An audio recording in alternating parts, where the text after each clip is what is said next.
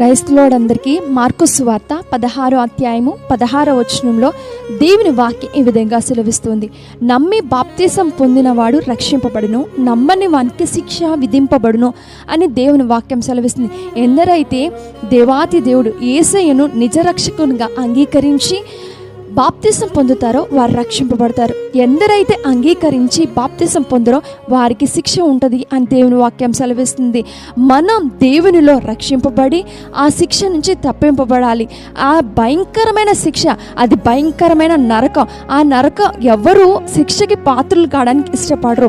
ఆ శిక్ష నుంచి మనం తప్పింపబడాలంటే యేసయ్యను నిజ రక్షకునిగా, సొంత రక్షకునిగా మనం అంగీకరించి బాప్తిసము పొంది ఆ వస్తున్న భయంకరమైన శిక్ష నుండి మనం తప్పింపబడి రక్షణ పొందుదము గాక.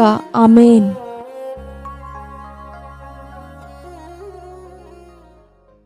క్రైస్తవులందరికీ మార్కు సువార్త 16వ అధ్యాయము 16వ వచనంలో దేవుని వాక్యం ఈ విధంగా సెలవిస్తుంది.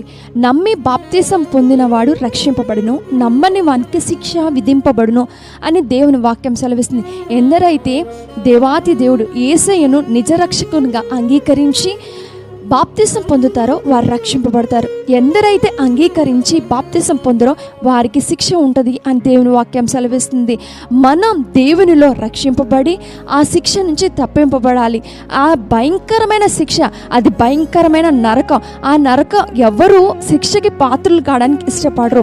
ఆ శిక్ష నుంచి మనం తప్పింపబడాలంటే యేసయ్యను నిజ రక్షకునిగా, సొంత రక్షకునిగా మనం అంగీకరించి బాప్తిసము పొంది ఆ వస్తున్న భయంకరమైన శిక్ష నుండి మనం తప్పింపబడి రక్షణ పొందుదము గాక.